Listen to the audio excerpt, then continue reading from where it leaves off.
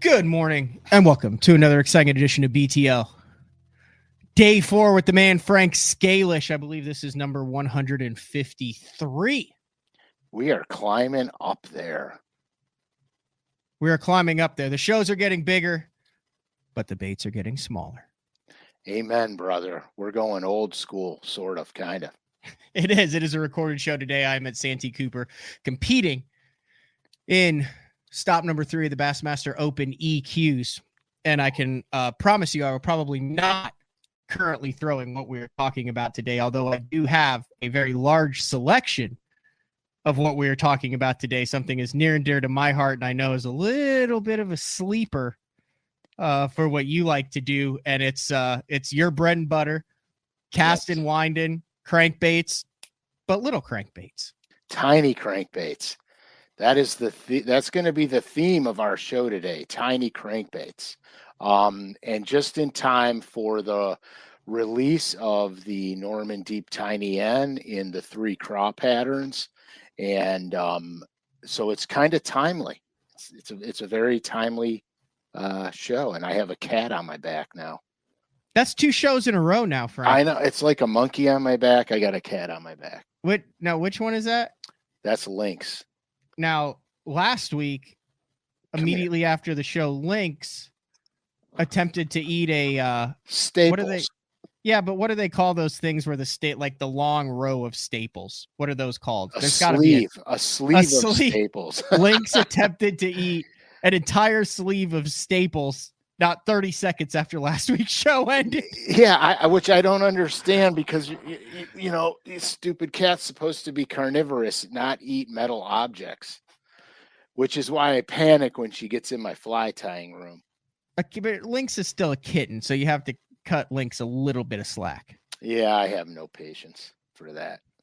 Lynx is dogs eat all sorts of stuff, but I've never seen a cat that goes after staples before. I have not either. The cat was a gift to my wife for Christmas from my daughter against my wishes. Just so we're clear on that. I feel like if you want to live a full life that just has a lot of great stories in it, you should gift random cats to all sorts of different people in your life. Yeah, I agree. You show up to a party, hey, here's a kitten. You go to a birthday party, hey, here's a cat. That's right. You have party favors, little. You just anywhere you show up, people don't know. Is he gonna gift us a cat or not? That's right. I thought I was getting a cat. It would make your life much more exciting because you would just get people who hate you and people who love you. It'd be 50-50. You'd never know, but you would constantly be getting calls about the cats that you've gifted across the world. Stop eating my lures. Get out of here. Yeah, she gets in my fly tying room and it's all hell breaks loose because of all the fur that I have down there. So anyway, tiny crankbaits. Yes. We would be remiss if we didn't put the BTL 24 code up. Oh, yes. New code for the 2024 season. It would be the lurenet.com loyal listener code, capital BTL 24, no spaces, BTL 24, 15% off all regularly priced items at lurenet.com.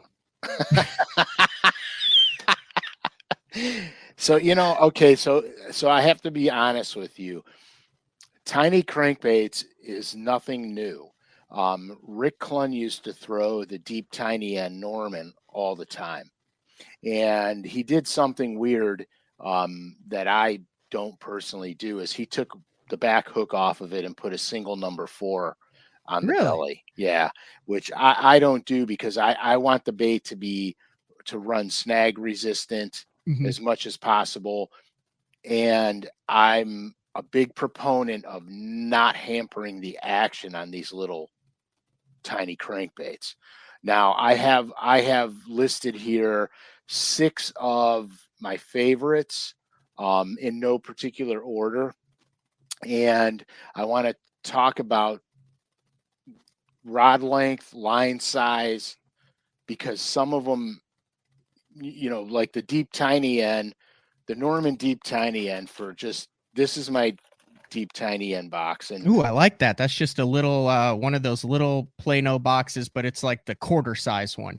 Like the one that you take to the pond that you put your crappie or bluegill stuff or just a couple lures. Exactly. But you can fit what? 1, 2, you can fit 30 tiny ends in there. Dude, it's loaded. And soon to be the crayfish colors, because I ordered them this morning. So I take the sticker off the package because Normans are great because they come like this. Mm-hmm. And it says on the front, it says like deep baby N with how deep it dives. Then for those that are listening on iTunes, it's just a sticker. Correct. So I take the sticker off, and so in my boat box, it's labeled on the side like you see here, and then I have the stickers on it for depth ranges. Well, that's just handy. Right. So I know that if I'm cruising down the bank, and let's just say, and I got a map that I'll show you later, but let's just say I'm cruising down the bank, I'll have a deep tiny N on, a deep baby N on, and maybe a bomber square A on. They're all very small crankbaits. But what happens is, as I'm tooling down the bank, as my cover changes or my depth changes, then I'll grab the appropriate bait for that. So I could have, if I'm cranking shallow, which usually is the case when I'm throwing these baits, if I'm cranking shallow, I'll have 5 rods rigged up with each one a different bait on it, and I pick up the one that is according to the cover that I'm encountering as I'm going down the bank. Correct. So that's it. So since I grabbed the deep tiny N, I'm going to take this. I'm going to take it out. I actually have a hack for it too, by the way, which I wasn't going to disclose, but So we're talking 1/8 ounce, 1.5 inches in size. Yeah. The deep tiny N. That's the first one we'll talk about. Right. So the deep tiny N. So this is a tiny crankbait. I mean, this bait is. Do I have a ruler up here? I just said it's 1.5 inches in length. Okay, so I don't need a ruler, but I had it. So that's the body that's 1.5 inches in length. Correct. That's the body. So it's a tiny little bait. All right. So what I do is I will add to the bottom of the bait a lead strip, not heavy enough to suspend the bait, but I'll add a lead strip to the body, and then I put a piece of white electrical tape over it. Oh, we are getting serious here. To hide the lead. Now, the reason that I let it up, okay, is because sometimes I want that added weight on the bait because it helps cast it easier. But by extending it across the whole bottom of the bait from the chin to the tail, I don't change the action of the bait at all. And it prevents it, it gives it a slower rise. It doesn't want to bounce right back up. So I could slow roll it. This is not going to work out today. Yeah, no. I'm going to lock her out. Can I have a second? I wish I had some elevator music for this. Frank is currently taking care of links, locking links out. I also would like to know when he comes back about that lead tape. I know you've talked about that lead tape in the past, Frank. Is that the golf tape or fishing tape, or what type of lead tape is it? The tape, you can get it at any golf pro shop. Okay. You could get it at fly fishing shops. It's called nymph tape. Yep. And basically what the only reason I'm doing it is it gives me a little bit more weight to the bait, and it makes it rise a little bit slower. So the reason being is on the deep tiny N, I love fishing the bait with a stop and go, and then sometimes I'll just speed it up and burn it because this bait will track. This bait will track true whether you're burning it or slow rolling it. It tracks really nice. And so I want to be able to vary that retrieve, but I don't want this thing popping up to the surface right away because we're traditionally fishing it fairly shallow from from the bank basically down to about 4 feet is where I really like this bait. And so that's what the lead tape's for. Now, I don't get crazy making giant hook changes on this bait at all. I'm using this is, I believe, they look like 6s to me. I think these are 6s or 8s. Okay. on it. I don't get crazy on this particular bait with hook size. The bait comes with size 6 hooks, the 1.5-inch bait that weighs an 1/8 ounce. Right. So then these are 6s that I put on it. Oops. There you go. This is plenty. These hooks are plenty big to hold the largest fish that I've caught. So I don't have a problem. Now, here's the key with this bait. I'm throwing this thing around anything I come to that's hard. Rocks, gravel, man-made stuff like concrete walls. You know how they'll have boat ramps are phenomenal, especially the edge of the boat ramp. Right where the edge of the boat ramp tapers down, that's the money shot. And so what I'm doing with this bait here, I throw it on a bait caster. I have buddies of mine that live and die on the spinning rod with this bait, but I can't get myself to throw it on a spinning rod. It just goes against every fiber of my crankbait being. So I just can't do it. So what I do is I'm using a Powell 725, which is graphite crank and stick. Either or the Endurance or the Naked will cast this bait. Now the key here is I'm using 8-pound fluoro or I'm using 10-pound fluoro. Okay. I don't go any heavier on this bait because hampers the action or casting distance or both. Both. It affects casting distance more than action, going over 10, but it'll also deaden some of the action on the bait. This bait's got a really tight wobble and a really tight pitch and roll. Okay. It comes over everything super cleanly. So that's my go-to bait for that particular situation. But here, I fish these tiny crankbaits from pre-spawn all the way through the post-spawn. Now, on river systems, I'll fish it almost year-round, depending on the system I'm in. Because a lot of the river systems will fish shallower generally all the time. Now, not when you get, to the big wide Delta, Mississippi Delta, but like the Ohio River, the upper Mississippi River, some of your smaller rivers, especially the smaller spotted bass rivers in Tennessee and everything, very good bait. The other time I pick them up again, especially where you have drawdown lakes, is the fall drawdown. So like the Tennessee lakes, like a Douglas Lake or Cherokee 100%. Or something like that. So yeah, mainly Douglas. Right, because here's what happens on a drawdown. As the water starts to come down, the bait fish push up to the bank, and they run the bank. When the water's coming down, they run the bank. These small crankbaits are dynamite for that time of year, especially up north. You have drawdown lakes up here where we live. All the shad come to the bank the minute they start drawing the lake down, and the bass are right with them. As you know from past shows, the bass are following the bait. Yeah. So why don't we do this? Because I'm all over the board. So why don't we do this? I'm going to show you my 6 favorites. Okay.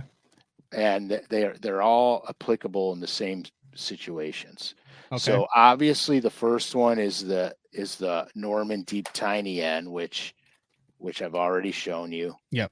The deep 1/8 ounce, 1.5 inch in size, dives 4 to 6 feet. Correct. Another bait that I don't talk about all that much is the tiniest Big O that they make, which this one they don't make anymore. It's G Finish. This is a C76 or C78. It's the smallest one they make. It's the same size as it would be the C76, which is 2 inches, comes with number 8 hooks and dives 2 to 4 feet and weighs 1/4 ounce. Yeah, this little bait here is one of my favorite fall drawdown baits because I don't have to plow the bottom with it. It won't dive deep enough for me to plow the bottom with it, and it gets right in that 5-foot suspension zone for the fish. Very dynamite bait. Now, do you do anything with that, or you throw it out of the out of the package, no lead modifications to the Big O. Yeah, no lead modifications. Because you want it to kind of float. You're throwing that really shallow, 1 to 3 foot deep. Right. Okay. Yeah, that's not a bait I want plowing into the bottom. Okay. My next bait, since we're on Normans, I will go to my Norman Deep Baby N, and I just happen to have the new crawdad color here, but I've got all the standbys. That's the Deep Baby N. This is kind of a workhorse for me, because I fish this a lot, especially when the bass are in that 6 to 7 foot range. I'll fish this bait a lot. I have all the other colors. I have Chili Bowl and Mountain Dew. And so would you agree that the Deep Baby N is probably the most universally over the past 3 decades used small crankbait in the tournament angler's arsenal? Yeah, 100%. This is probably the most popular, small bait or tiny bait, if we call it a tiny bait. Quarter ounce, 2-inch body size, dives 6 to 8 feet. Right. So this I'm doing the same thing. I'm going down the bank. I'm fishing my bank related stuff. I come to the rocks. I'm plowing it through the rocks. The neat feature about the Deep Baby N that nobody realizes is how good this bait will come through brush tops. A long time ago, probably one of the first shows we did, I showed a video of this thing running through willow bushes, and it comes through. It's amazing how easy it comes through. Another bait that I like, and honestly, I've been fishing this bait through my whole tournament career. Are these straight out of your boat? These look like you just went and pulled the boxes straight out of the boat, Frank. Yeah, they are. Heck yeah. They are. That's what I like to see. So see they're the labeled. daily arsenal.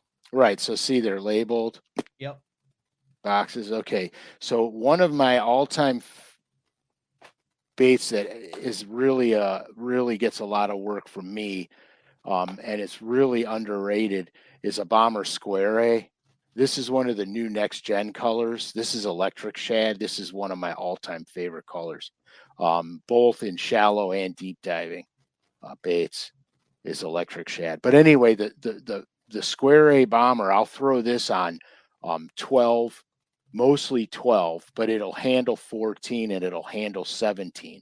But the thing with this bait on 17 is you lose a ton of depth on it. So you absolutely want to be very cognizant of how deep you're fishing it. And if you see, because this is my boat box, if you see, that's not BS. I mean, they're in there. Wow. And there's 2 different sizes to that. There's a 1 5/8 size and then a 2 1/4 size, both of which are small.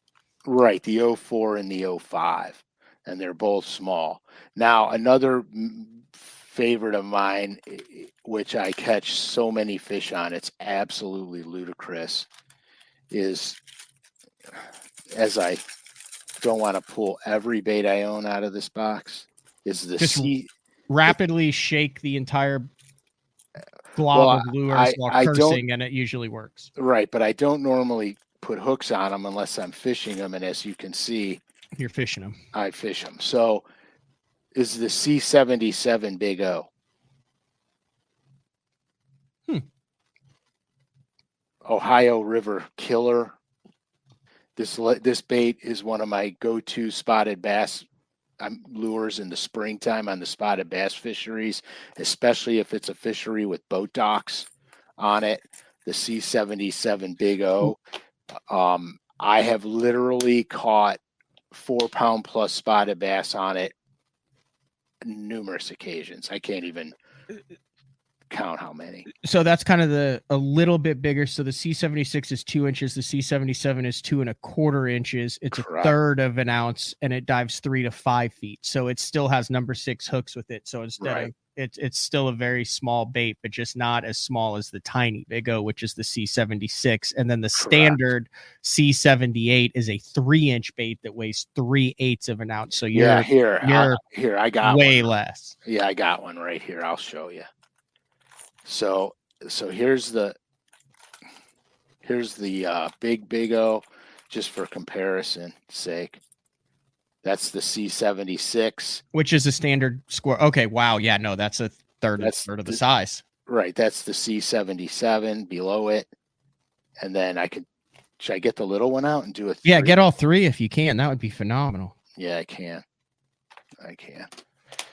Yeah, this is really cool. This will give you a really good idea. You're gonna have some hard OCD if you don't put all those back in the same box. Yeah, I know. I'm already wigging out. Okay, so that's the 77 and the 76 in size comparison. And 76 on the top, 77 in the middle, and then the 78, which is the 3-inch bait on the bottom. So that kind of gives you an idea when we're talking tiny cranks, small crankbaits, what we're dealing with. Correct. So, okay, so this is going to drive me crazy, boys. I know it's not going to. It already is. It's kind of funny, though. I'm enjoying it. I know you are. And we're only halfway through. You got to dig in at least 3 more boxes in the yeah, but the other boxes will be easier because okay. I don't have them. This box is a mixed branded box. I've got all different brands in this box. So anyway, okay, so that was where did we end off on? Oh, the C77 Big O. Correct. Yeah. Now, another actually, I'm going to do the bomber since it's right here. Another bomber that I think gets really overlooked is the 4A bomber, which is another smallish bait. The 4A bomber gets overlooked. It's another smallish type bait, but it has the same action as a 6A or a 7A, which is a big body bait. Right. This is only 2 1/8 inches, and it weighs 5/16 of an ounce. So you can actually cast this thing, but a very small body on it. Oh yeah, it's really a small body. Again, like I'll fish this thing on shallow, rocky areas. I fish it around boat docks a ton. I fish a lot of the smaller crankbaits if I'm on a lake that I know for a fact is a boat dock fishery, because here's a trick. Okay, another trick. We're gonna let another cat out of the bag. No pun intended. But with the C77 Big O and the 4A bomber, I off tune them. So I have one that runs to the right a smidge and one that runs to the left a smidge. So when I come up to a boat dock, I throw the one that runs to the right on the right side of the dock, and it will run underneath the dock. So it runs underneath around the poles, And I have the other bait that runs the opposite side of the dock. So it goes under the dock a little bit. You have to remember something. The reason I do this on boat docks, and I'll do it on retaining walls too, so it keeps running into the retaining walls. The reason I do it on boat docks is because I'm not fishing it deep. If I need to get maximum depth out of the bait, you can't untune it, because if you untune it, you never reach your depth.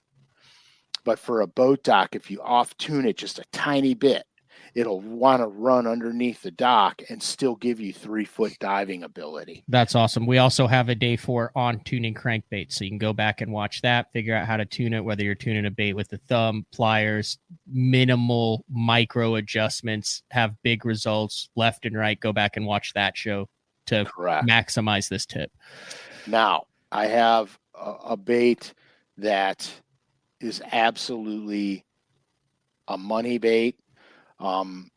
Especially if I've got grass that doesn't come all the way to the surface, or if I'm fishing like 45-degree banks or less that are gravelly and rocky.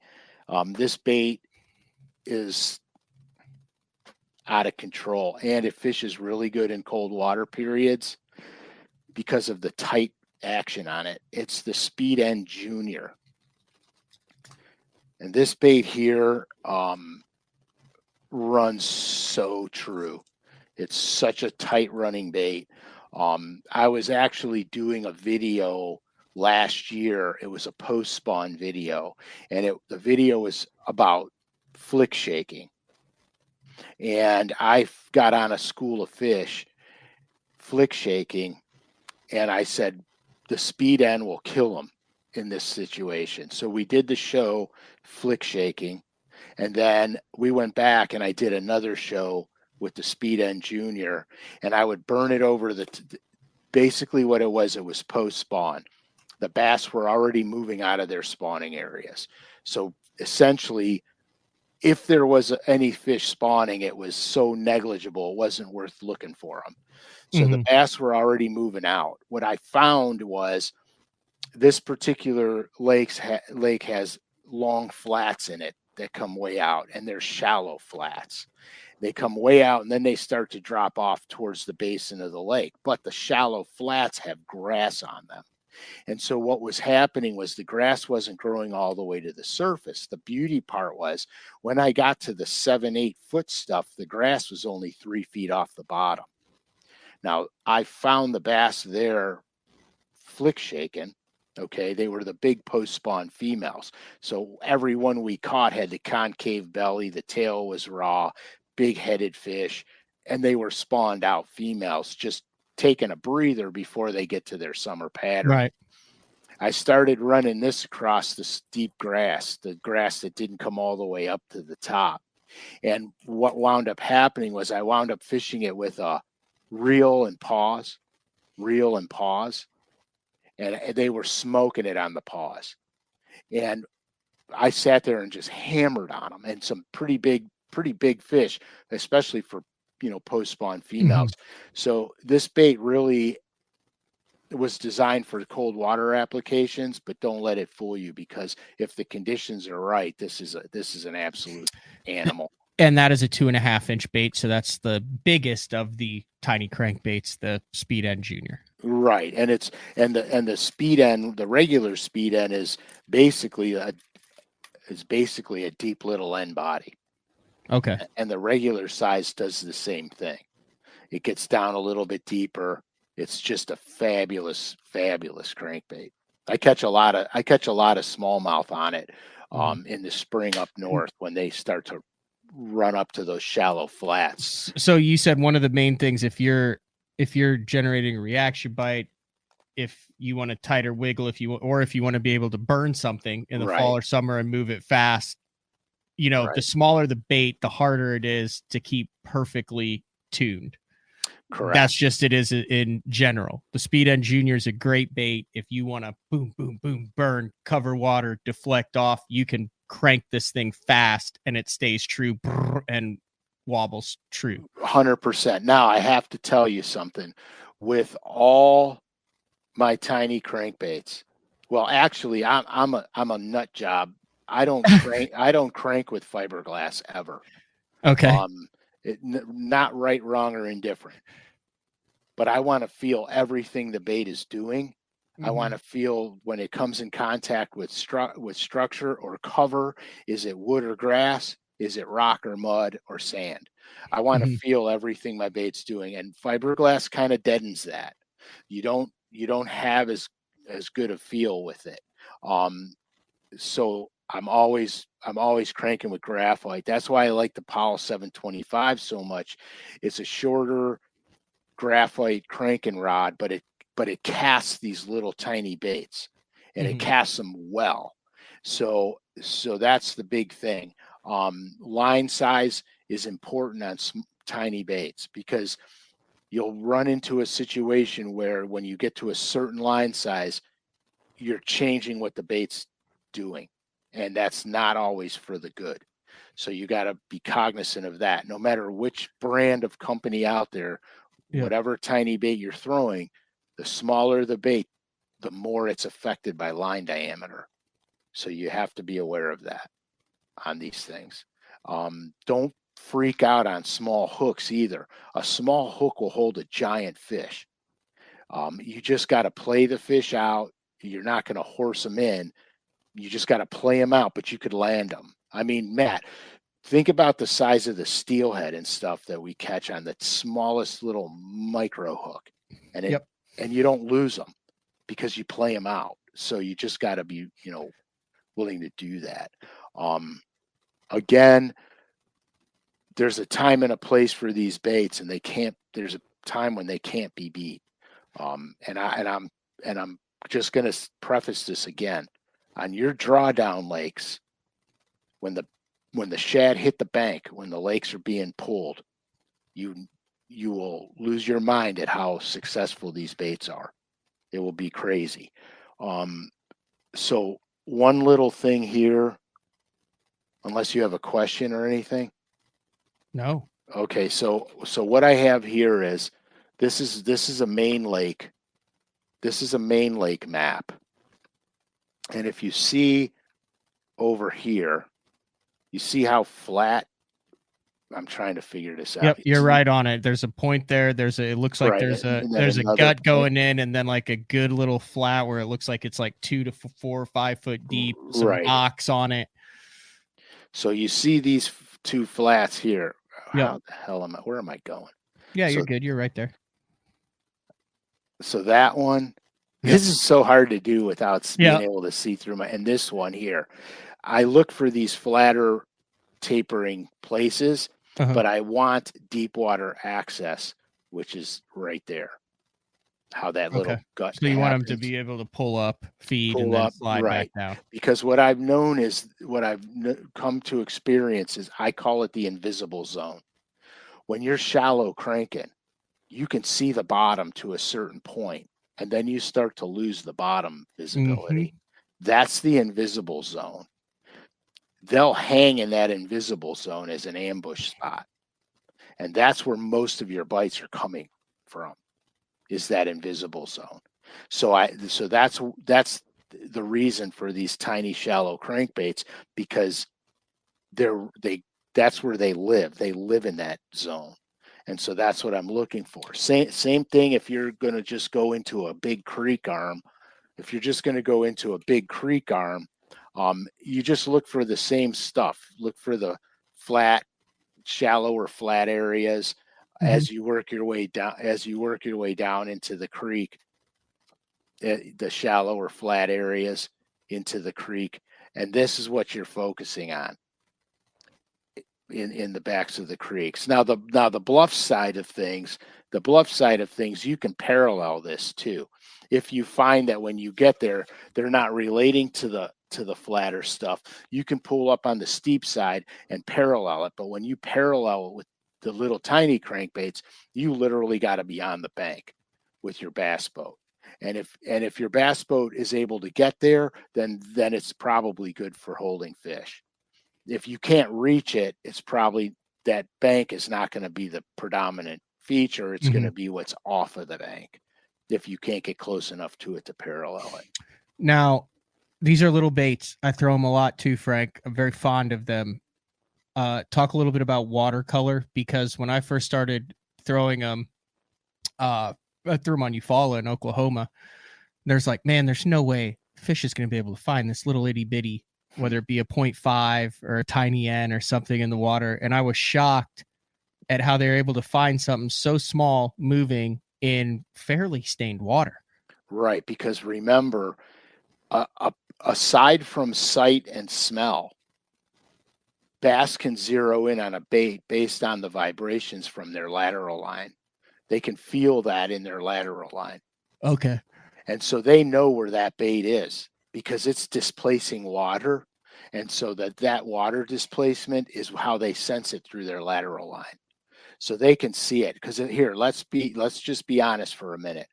If bass couldn't attack or find prey in dirty water, they would never grow. Yeah, that's a fair point.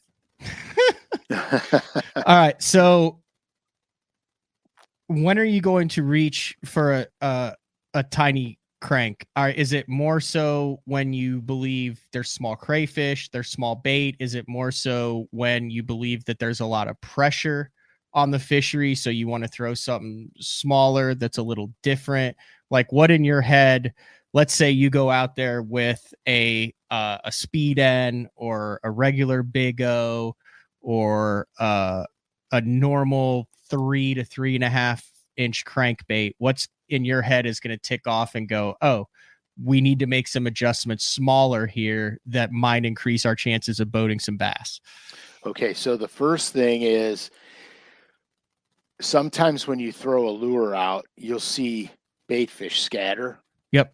If I see the bait fish scatter and you can't see the bait fish, you just see it like looks like rain where they do that. You know those bait fish are tiny. Okay. I'm going to it immediately and not even a thought. The other thing is when you're fishing these baits predicated around spawning, if you know that there's a hatch, a new hatch, all the fry are tiny. That's another good time to throw it. But the other thing too is I throw it when basically I'm throwing it in the times of year when the bass are generally keying in on smaller bait anyway. That early spring through post spawn, and then again late in the fall when the drawdown comes into play. So I'm really throwing it when the bait is more of that size. The other thing too is pressure, because it's really all of the above, Matt. I mean, it is. Fishing pressure, a smaller bait at times can get way more bites than a normal size lure can. Now, there are times when the normal size lure is going to outfish them. But that's going to be trial and error on your part, the angler's part, because every body of water is different in the sense that the behavior of the bass is the same, but the makeup of the lake or what the lake is like there's some lakes here where I fish here where I can go out and crack them on DD22s, which is a giant crankbait, and then I can go to a lake that's literally a half hour down the road, and if you're throwing a DD22, they don't touch it, but if you put like a deep little N on, they smash it. So it's just there's certain lakes that have certain makeups, but generally I found if you follow the rule of that, pre-spawn to post-spawn and then fall and drawdown, you're pretty much not going to go wrong. So one of the things I noticed when we were pulling this up, there are a couple $7.99s, but a lot of these baits are $3.99, like the next gen stuff that you showed also on that. So this is what I do. I have a box marked micro cranks, and I got them all tossed in there, and I probably got 50 of them in there, and I might use it 3 times a year. I might use it 10 times a year, but I've always got it in there. But you can go build whichever brands you want to. Right. But you could also, the Pradco brand offers a lot of original, like very popular, small, micro, tiny, I wouldn't say micro, tiny and small bass crankbaits. You can build a very efficient box for a couple $100 that'll last you for years. Oh, yeah. Oh, like 100%. Yeah, you could do $150 and have everything you need for the entire year. Yeah, there's no question about it. And here, look, you're not going to lose these baits because they dive so shallow. Right. You're just going to go to them and just jink and get them back. So like this deep tiny end box I've had with me through my entire pro fishing career.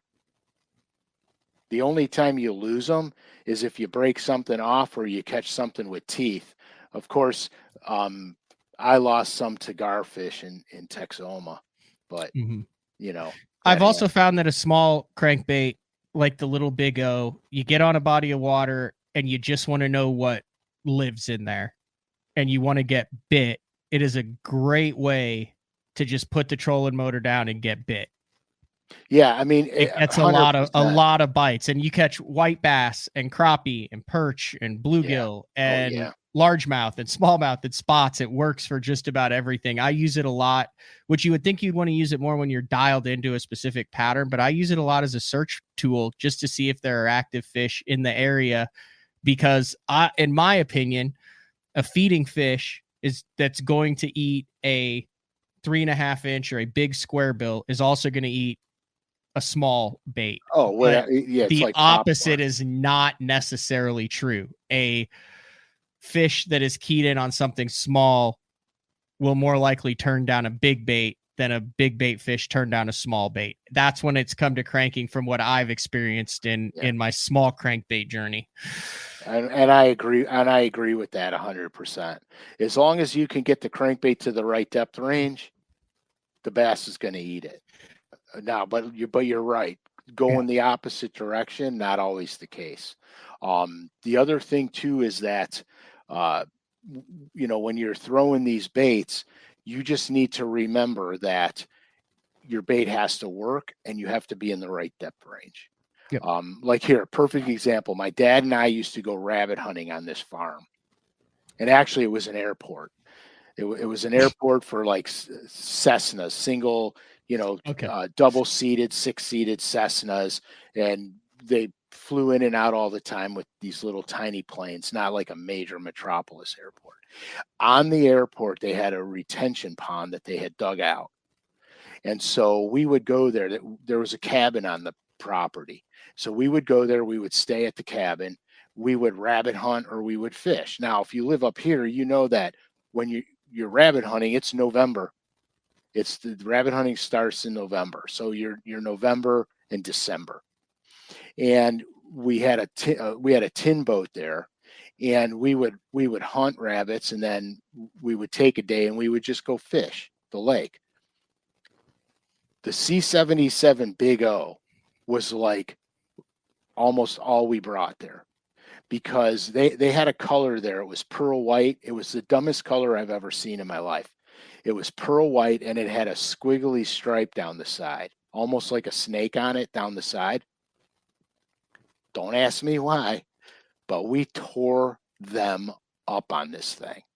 And I mean, we would catch huge fish. Now, keep in mind, it was like a 5-acre pond, but we would catch 4 and 5 pounders on these little tiny baits, and it's November and December. So, don't be afraid. Don't be afraid to throw these things. I'm just telling you. I mean, it was crazy. I mean, that's actually, and I was a kid back then. That's actually when I started grooving on the C77 Big O. And then as I got older, Norman lures was a big part of my life growing up. The deep tiny end, the deep baby end, they just fell right into place for me. And so, and back then there was something called a Rebel Deep We Are, or the Tiny We Are. Oh yeah. The deep tiny We Are. Those were other baits. Now they don't make that bait anymore, but that bait is ugly yet effective. Man alive, dude. And so that's kind of what, my tiny crankbait days started way back when. Mm-hmm. And so these baits are so effective, and people write them off. Well, that's a crappie crankbait. Well, yeah, we plow the crappie on them too. But if you think that that's the only thing that bait catches, you're making a mistake. All right, I will say this. I don't care. I mean, unless you're one of the top touring anglers, we all have bait casting reels that some are easier to cast, more line manageable. They're just, you have those 1 or 2 go-to reels that you can cast far, that doesn't backlash, that's smooth like butter. I said I throw little crankbaits a lot. Fresh line and your smoothest, easiest casting reel that you have the most confidence in to not backlash. You get older line on there that's kinking up, or a bait casting reel that casts good for the first 30 feet, but then loses a little. It's very frustrating to throw these things, especially if you're throwing it into any wind. So 100%. Take your best setup, fresh line, the reel that you like to throw the most, that is smoothest, put it on that cranking rod, and you'll be shocked at how far you can throw a small bait, and how you can put it where you want to, and how you can cast it into the wind. That's my only piece on that, because that's 100% the fact. You're 100% true. So here's what I do. I have, just like you said, I have reels that cast like butter. Mm-hmm. And so behind the thumb bar, I take a Sharpie and I write A++ on it. So I know that is my caster. That one it's smooth as silk, it's butter. And so then when I label my rods, if you see my rods ever, there'll be a piece of white tape on it, and it'll say, A+ or A++, and then the pound line on it. Mm-hmm. So I could just reach down and grab it, and I know a smaller diameter spool is also these are hard to throw on like a big winch reel or something like that. I like a smaller diameter spool, a compact spool. Even if you can slow it down on a 7, but a 6.3 or a 7-1, like something that's a little bit smaller spool that you can pack some line on. You also want to make sure that you have a full spool of line when you're casting to cast that out, because otherwise there's just not the weight to pull the line out when you get down to where you have to have more energy to pull the line out because the spool is reducing in line. Then the other trick is don't muscle the cast. No, just a little flick. Just, don't muscle it. Let the rod load. Let the rod do the work. If you muscle the cast, you're not throwing it. Yep. I like it. I think this is a very underutilized technique that is very effective year round and can put fish in the boat, whether you're fun fishing and you just want something to pull, whether you're looking for one fish to fill the limit out, or whether you want to go behind someone and maybe catch fish that they're missing. It's absolutely, it's pretty cool, and it's very economically feasible to get. And it's not BS, because these boxes came right out of the boat. Yep. So I mean, you see what I'm diving into. All right, we are on the verge.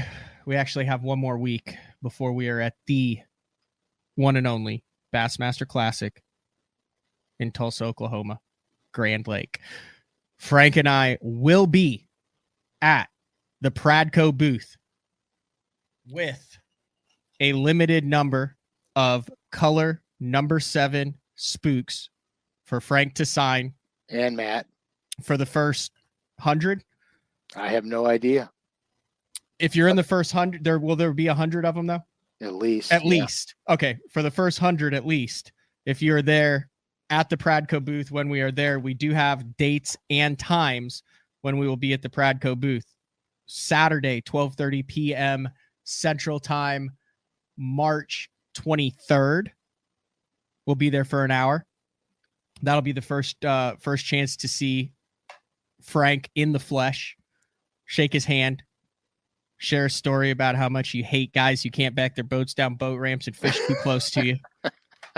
And if you're coming for the final day weigh-in at noon Sunday, March 24th, also in the Pradco booth. Now we'll also be in a couple other booths, Bass Tank booth, things like that together. And then I don't know who else has Frank. I'll be all over the place. You can follow me on social media and regular BTLs for that. But those are the 2 dates. If you want going to be at the Classic, get your hands on one of the color number 7s, have Frank autograph it, swap some fish stories. Last year's Classic blew us away, the support for day 4 that we had. And it was crazy. We're looking to really up that this year. So any questions, there will be more details. There's really not any more details to have, but there will be details. So here's the question. Are you going to bring any random drawings like we did last year? Those were a massive hit for the first, do you have 20 random drawings for the first 20? I actually do not. I do not. I'll have to dig through and see what I got. If you dig through, do you think you can wrangle up 20 of them? Because that was a big deal. You got all these people across the country. You have your artwork on the wall. Remember? Yeah, I know. But I this year we didn't do too many illustrations this year. Can we wrangle up 20 pieces of paraphernalia? I can wrangle something. I will wrangle something up. I have a plan. All right, and then one lucky listener will go home with one of Frank's cats. Exactly. Just a random number. You walk up, you walk in, you walk out with a cat. Probably the staple eater. Yes. Don't worry. It doesn't appear that you have long to take care of it. I would probably give that one away too, Frank. I know. And you know what's cool about that cat, though? I'll be honest with you. It never leaves me alone. It follows me everywhere I go. It never, ever leaves me alone. Well, he's a good judge of character. Yeah, he's a great judge of character.